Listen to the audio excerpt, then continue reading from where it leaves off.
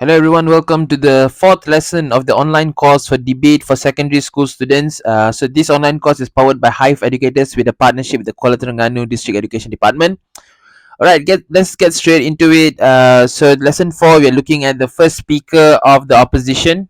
Alright, so in lesson 3, we looked at the first speaker of the government. Now we look at the first speaker of the opposition.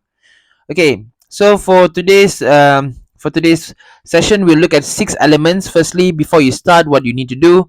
How do you respond to the government's definition? How do you rebut arguments? And then you're introducing the team line, outline team roles, and finally present arguments. Okay, let's get straight into it.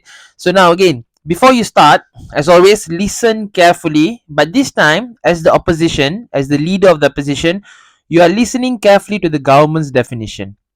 Okay, so you need to think while the prime minister of the government is giving the definition. You need to think about redefining it if it is necessary. So sometimes the prime minister might try to use the definition for their gain.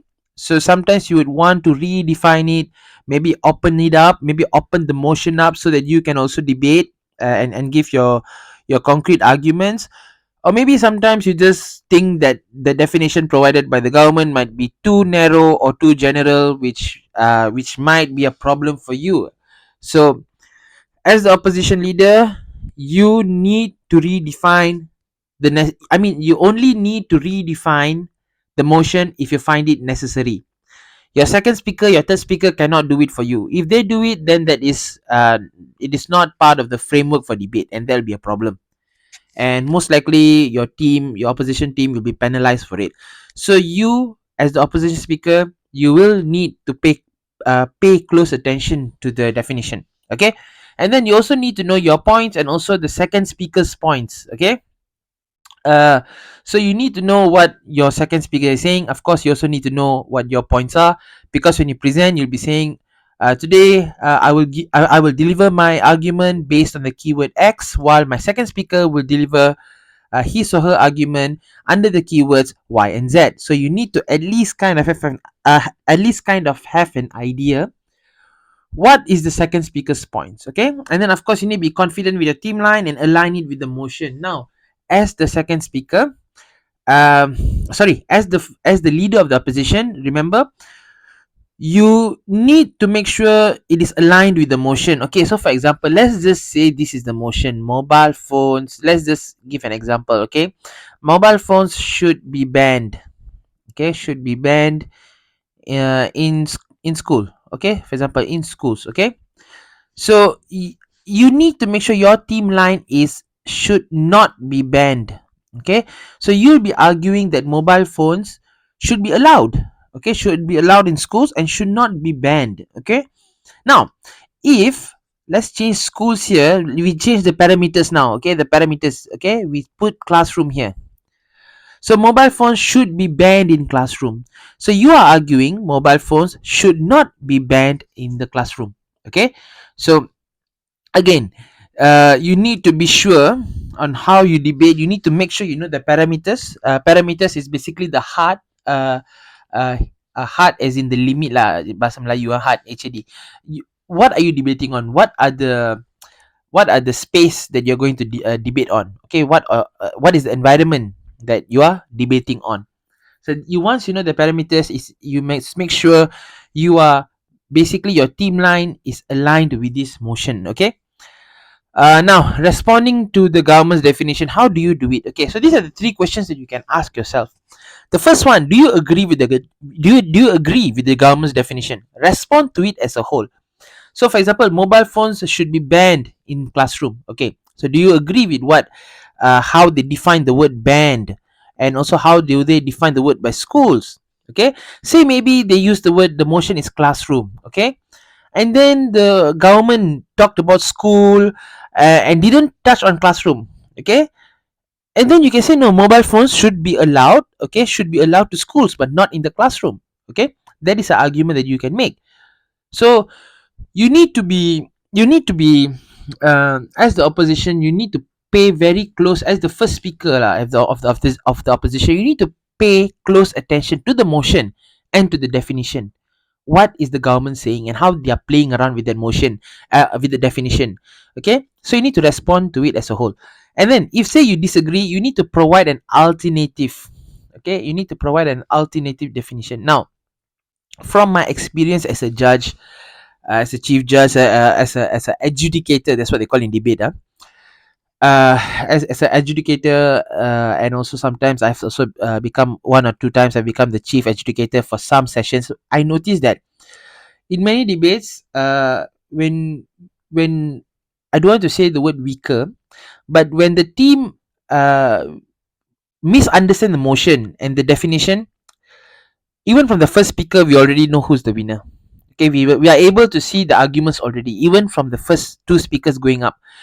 So what I'm trying to say is, you, if as the opposition speaker, pay close attention, and if you can provide an alternative definition, go for it. And usually that's what makes the government side to automatically lose lah, unless they have a really good second and third speaker that is able to turn the tables around. But usually in many cases, within the first two speakers, we kind of have a clear idea what's going on, especially when it comes to the motion and definition. You can have a very strong team, but if they misunderstand the motion, then it's down the drain. So you have to be very careful with that. And then explain why your team definition is better alternative. Okay, so if you are the first speaker of the opposition, if you give an alternative definition, why is it better? So for example, maybe the government misunderstood school and classroom. Okay, then the debate is basically over already if that happens, right? But of course it's not over. Of course, then you have your second and third speakers coming up with counter arguments, and also the second speaker can make some corrections as well. The second speaker of the government can make some corrections. So yeah, it's still very much open. But if you get your definition wrong, if this is referring to the first government, the first opposition, you have a good chance to just, like, take it yours, take it home lah.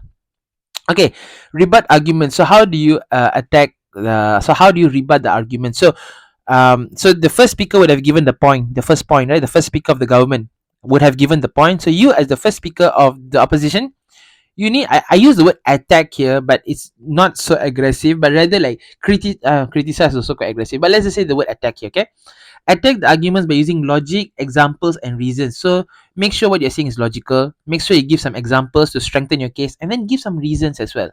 Okay, and then you explain how the government are misleading. Okay, remember what I told you in lesson 1. Debate is all about style. Okay, it's all about persuasion. Okay, sometimes the government might have a very solid point, but it could be, I don't want to say you should persuade us to the you shouldn't persuade the audience to something which is not true, but rather sometimes those content could be misleading for the motion. Okay, for the motion, for example, mobile phones might be good in the classroom. Okay, but maybe the government said, yeah, mobile phones should be banned because it's creating a lot of distraction. But if mobile phones is used well in the classroom in a very safe environment, it can really lead to a lot of benefits. Okay, so again, if there's some misleading things that you can spot, go for it. Okay, and then also please provide solid examples. Again, examples actually always strengthen your argument because it gives you a tangible viewpoint. Okay, tangible is basically apa yang kita boleh nampak, what we can see. Okay, alright. Introduce team line. Okay, so again, a line which illustrates your argument. Okay, so this one is the most important thing. Okay, so here you want to strengthen, you want to say mobile phones should not be banned in the classroom, for example, if that's the motion. So again, make sure you pay close attention to the motion, and then when you formulate your team line, make sure your team line is relevant. Okay, so then strengthen your team's oral argument, and then just to make it clear to the audience what you're talking about. Okay, sometimes these students, these debaters, you guys are talking so much, you're doing a lot, you're giving a lot of points, but when you do not have your team line, sometimes we get lost. The educators, the audience, they all get lost. Okay, what is conveyed here? Okay, so you want to make sure it is clear to the audience. Okay, outline team roles again. So you need to outline your team roles by stating what points you'll cover and what points the second speaker will cover. Again, the third speaker is the whip. Okay, if you watch lesson 3, I use this word as well, whip. Okay, basically the third speaker is the whip who will counter all the arguments. Okay, so the third speaker will be doing the rebuttal, so you do not need to know his or her points beforehand. All points must be logical and organized. Again, I think I've mentioned this in all 4 lessons now. Cohesive devices are very important. Go and find it in Bahasa Melayu Penanda Wacana. Okay, so I'm very sure your teacher has been teaching you all this. Okay. Present your arguments. Okay, so again, use the peel methods to expand your points. Okay, so if you watch lesson 3, then this is probably the same thing. Make sure if your point, make sure if your elaboration, make sure if your examples, and link it back to your motion. Okay, so this is basically like a concluding statement, but your concluding statement is not just for you to draw conclusion on, but your concluding statement is basically to connect you to the points. Okay, and so for example, you want to say mobile phones should not be banned in classrooms. Okay, so why it should not be banned? So your first point, maybe, and say mobile phones can be used to conduct extensive research.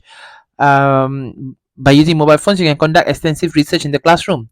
It helps for you to an elaboration, it helps you to gain a better understanding of certain issues, and you also get real world or real life updates, which in the classroom sometimes you might not get with textbooks. So for example, you can the for example the so we're talking about mobile phones, right? Okay, for example, a recent study conducted by a recent study from PISA. PISA is this online this international test lah. Okay, shows that students which have mobile phones in the classroom scored much better. So again, this clearly shows, so linking back, this not linked to emotion, so this clearly shows that mobile phones should not be banned in the classroom. Now the one that I just said, now this whole point is just, I just laid it out in 30 seconds, which is definitely not enough if you want to talk 7 to 8 minutes, but you get the idea. Okay, so of course with peel, with you give your point, and then you give more elaborations, and then you try to give more examples, and then when you link to the motion again, strengthen, give back your team line. Okay, always keep strengthening it so that your argument looks cohesive. Okay, all right, so thank you for listening. Okay, I hope that now you have gained some ideas on what the first speaker of the opposition does. We will proceed to lesson 5. So thank you very much for listening to all the lessons so far.